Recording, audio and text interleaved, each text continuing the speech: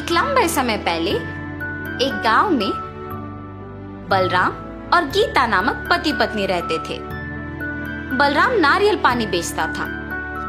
वो बहुत ईमानदार आदमी था, मगर अगर किसी और का व्यापार उसके व्यापार से अच्छा चलता तो वो बहुत निराश होता था और कुछ भी करके उनके व्यापार को अच्छा चलने से रोकता था।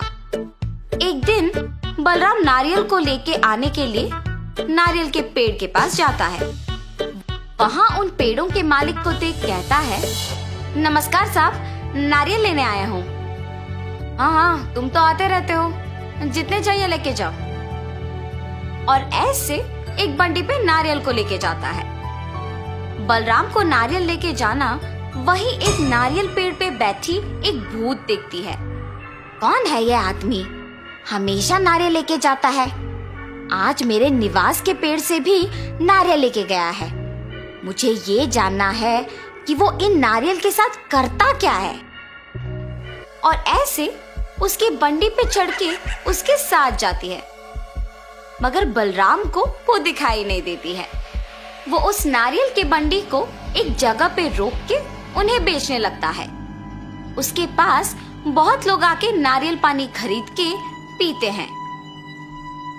आइए साहब आइए, मीठा पानी वाला नारियल है, साधारण के हैं और राजस्थान के भी। साधारण वाले 20 रुपए के और राजस्थान वाले 30 रुपए के, और एक बोतल होगा 60 रुपए का।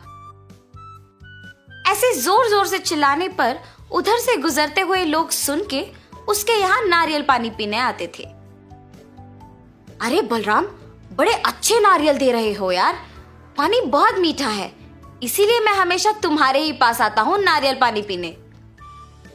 उस आदमी ने सच कहा है बलराम, मैं भी सिर्फ तुम्हारे पास आता हूँ नारियल पानी पीने।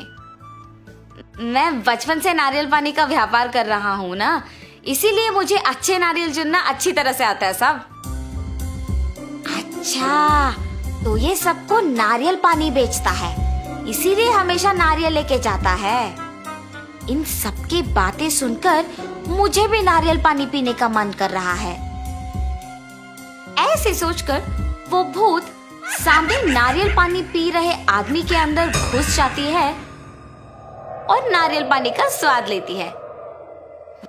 वाह, ये नारियल पानी तो बहुत मीठा और स्वादिष्ट है। मैं इसी आदमी के पास रहूंगी, ऐसे तो मैं हर रोज नारियल पानी पी सकती हूँ। हा हा हा। बलराम नारियल पानी बेचते हुए उसके बगल वाले होटल में बहुत लोगों का आना जाना देखता है। मैं अपने व्यापार में मग्न होके इस होटल को देख भी नहीं पाया। लगता है कि व्यापार तो बहुत अच्छा चल रहा है। कल से इसका काम तमाम करना ही मेरा काम है, तब तक मुझे शांति नहीं मिलेगी। अगले दिन होटल से एक आदमी बाहर आके नारियल पानी पीने बलराम के पास आता है। आप वहाँ पकौड़ी खा के आ रहे हैं? हाँ, वो बहुत अच्छे पकौड़ी बनाता है, मगर वो स्वच्छता से नहीं बनाता है, और इतना ही नहीं, पुराना आटा इस्तेमाल करता है साहब, इसीलिए कोई भी उसके होटल नहीं जाता है। हाँ, ऐसा है क्या? आइंदा मैं कभी उसके होटल नहीं जाऊंगा। हाँ, अब मुझे अच्छा लग रहा है। ऐसे जो भी उसके पास आता था उसे ऐसी झूठी बातें बोलकर उस होटल को जाने से रोकता था। अरे ये क्या, अचानक लोग मेरे होटल को आना बंद कर दिए। ऐसे सोचकर वो होटल मालिक दुखी होता है। ये सब बलराम की बंडी पे बैठे भूत देखती है। इस आदमी के वजह से उस होटल को कोई नहीं जा रहा है, और अब उस होटल का मालिक दुखी है। उसके बगल वाले आदमी के व्यापार को अच्छा जाते हुए देख ईर्ष्या से किसी को उस होटल जाने नहीं दे रहा है। ये मनुष्य सारे शायद ऐसे ही करते हैं। ये तो अच्छा हुआ कि मैं मनुष्य नहीं हूँ, लेकिन मुझे उसे उसकी गलती का एहसास दिलाना होगा। ऐसे सोच में पड़ जाती है। इतने में एक औरत नारियल पानी पीने वहां आती है। बाबू, एक नारियल दो मुझे। जी मैडम। और एक नारियल को काट के देता है, और वो औरत नारियल पानी पीती है। हाँ, मैं अगर इस औरत में घुस जाऊंगी तो इस आदमी को सबक सिखा पाऊंगी। और ऐसे उस औरत में घुस जाती है। बाबू, नारियल पानी बहुत अच्छा है, एक और दो ना। जी मैडम। और ऐसे एक और नारियल देता है। ऐसे वो औरत एक के बाद एक नारियल का पानी पीते ही रहती है। आखिर में उस बंडी पे मौजूद सारे नारियल खत्म हो जाते हैं। हैं? क्या ये एक मनुष्य ही है? मेरे पास के सारे नारियल का पानी पी गई। मैडम, मेरे पास के सारे नारियल ना खत्म हो गए, अब आप पैसे दे दीजिए। लेकिन वो पैसे दिए बिना बस चुपचाप खड़े रहती है। मैडम, पैसे दिए बिना आप ऐसे खड़े क्यों हैं? पैसे दीजिए। और अचानक वो भूत में बदल जाती है। क्या मुझसे ही पैसे मांग रहे हो तुम? ऐसे जोर से कहती है। उस भूत के चेहरे पे घाव और आंखों को लाल होते देख बलराम बहुत डर जाता है। हाय भगवान, भूत! ये कह के बेहोश हो जाता है। ये देख वो भूत उस औरत से बाहर निकलती है। बलराम को बेहोश देख उस औरत को कुछ समझ नहीं आता और वो वहां से चले जाती है। कुछ समय बाद बलराम को होश आता है और जब वो उसके चारों ओर देखता है तो उसे कोई नजर नहीं आता है। ये भूत कहाँ गई? मेरे सारे नारियल का पानी पी के पैसे दिए बिना चली गई। वैसे मुझे तो खुश होना चाहिए कि वो सिर्फ मेरे नारियल का पानी पीकर मुझे कुछ नहीं की। मुझे तो कल से दुकान लगाने के लिए भी डर लग रहा है। ऐसे सोचते हुए अगले दिन डरते हुए दुकान लगाता है। लगता है इसे कल का सबक काफी नहीं था। मुझे इसे कल से दुकान लगाने से ही रोकना होगा।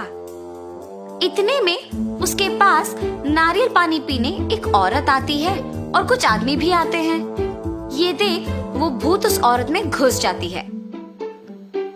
पहले उसको एक नारियल काट के देता है। वो नारियल पानी पी के पैसे दिए बिना जाने के लिए पीछे मुड़ती है। मैडम, आप पैसे दिए बिना जा रहे हो? वो औरत भूत की तरह बदल के पीछे मुड़ती है। इतना जल्दी भूल गए मुझे कि पैसे मांग रहे हो? ऐसे जोर से कहती है। उसे डरावना दिखते देख वहां के सारे लोग भूत भूत करके चिल्लाते हुए भाग जाते हैं। बलराम भूत को देख कांपते रहता है। उसके बाद भूत भी वहां से चली जाती है। कुछ देर बाद बलराम वापस होश में आता है। आज भी वो भूत आई है। मेरे साथ और भी लोग उस भूत को देख भाग गए। कल से कोई भी मेरे पास नारियल पानी पीने नहीं आएगा। ऐसे सोचकर तब से नारियल पानी बेचने के लिए डर के घर पे ही रहता है। कुछ दिन बाद उसके बगल वाले होटल का मालिक बलराम का ना आना देख सभी की बातें सुनकर उसके घर जाता है। बलराम, तुम यहाँ क्यों आए? मुझे पता है कि तुम्हारे साथ क्या हुआ। तुम निडर कल से आके वापस अपना दुकान लगाओ। तुम बहुत अच्छे हो। सबकी बातें सुनकर मुझे प्रोत्साहित करने आए हो। लेकिन मैंने क्या किया? तुम्हारे व्यापार को अच्छा चलते हुए देख ईर्ष्या से तुम्हारे व्यापार को नष्ट करने का प्रयत्न किया। मुझे माफ करो। जो कुछ भी हुआ उसे भूल जाओ। मेरा व्यापार अब अच्छा ही चल रहा है। मेरे व्यापार ऐसे अचानक रुकने की वजह से ही मुझे मेरे गलती का एहसास हुआ है। ऐसे जब कह रहा था वहां वो भूत आती है। अरे भूत भूत! मुझे देख के डरो मत। मैं तुम दोनों को कुछ नहीं करूंगी। बलराम, तुम्हें तुम्हारी गलती का एहसास दिलाने के लिए ही मैंने ये सब किया है। अब जो तुम सुधर गए हो, मैं खुश हूं। अब मैं तुम्हारे पास नहीं आऊंगी। मैं अपने निवास की जगह चली जाऊंगी। ऐसे कह के वो भूत चली जाती है। अब से तुम नारियल का पानी बेचने आ जाओ। ऐसे कह के वो होटल का मालिक भी वहां से चला जाता है। तब से बलराम सबसे अच्छे से पेश आके बाकी लोगों के व्यापार से दूर रहते हुए उसके खुद के व्यापार पे दृष्टि लगा के मेहनत से काम करता है। उससे उसका व्यापार कुछ ही दिनों में विकास पाती है और वो एक बड़ा दुकान लगा के नारियल बेचते हुए अपने परिवार के साथ खुशी से रहता है। तो इस कहानी का नैतिक क्या है?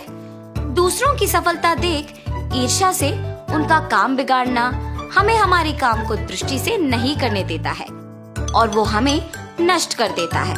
इसीलिए अपना काम ढंग से करो और दूसरों के काम में दखल अंदाजी मत करो।